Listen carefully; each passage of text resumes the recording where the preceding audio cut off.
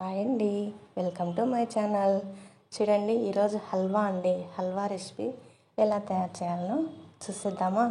చూడండి, సాఫ్ట్గా కలర్ఫుల్గా చాలా బాగుంది కదా. ఈజీగా అండి, పిల్లలు కూడా తయారు చేసేయచ్చు దీన్ని. చాలా సింపుల్ అండి. ఒక కప్పు కార్న్ఫ్లోర్ తీసుకొని ఒక కప్పు వాటర్ వేసి బాగా ఇలా కలిపెట్టుకోవాలా, ఉండలు లేకుండా. ఇలా కలిపెట్టుకున్న తర్వాత పక్కన పెట్టేయండి. ఒక కడాయి పెట్టుకొని ఆ కడాయిలో ఒక కప్పు కార్న్ఫ్లోర్కి 2 కప్స్ చక్కెర తీసుకొని ఒక కప్పు వాటర్ వేసి ఇలా కలిపెట్టుకోవాలా. కొంచెం జిగటగా వస్తే సరిపోతుంది, ఏం పాకు పట్టాల్సిన అవసరం లేదు.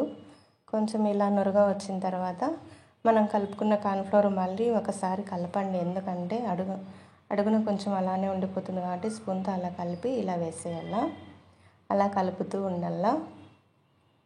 అలా కలుపుతూ ఉండడం వల్ల కొంచెం బాగా గట్టిపడుతుంది. మధ్య మధ్యలో కొంచెం నెయ్యి వేసుకుంటూ బాగా ఇలా కలిపెట్టుకోవాలా.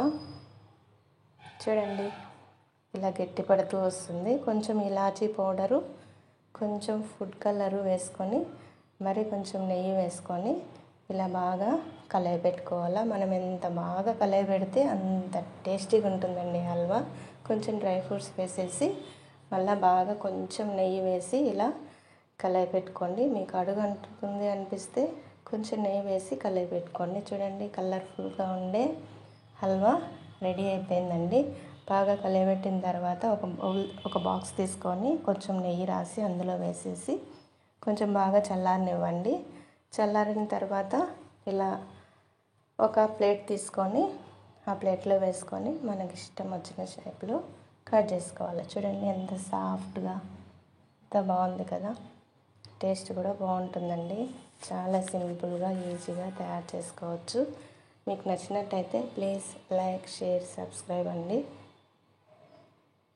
చూడండి, బాగా కలర్ఫుల్గా ఉంటుంది, అందరూ బాగా ఇష్టంగా తింటారు. ట్రై చేయండి.